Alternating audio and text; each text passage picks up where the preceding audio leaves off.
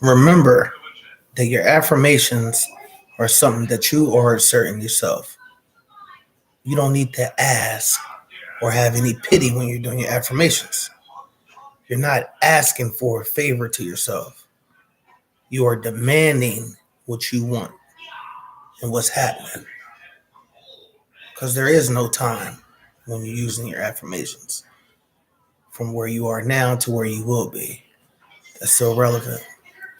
You're not asking yourself for a favor. So say it with certainty.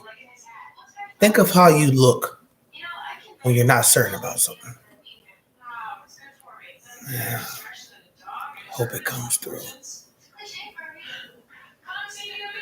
And look at how you say things when you are certain. Oh, it's going to come through. Look at the difference. Say your affirmations with confident expectation.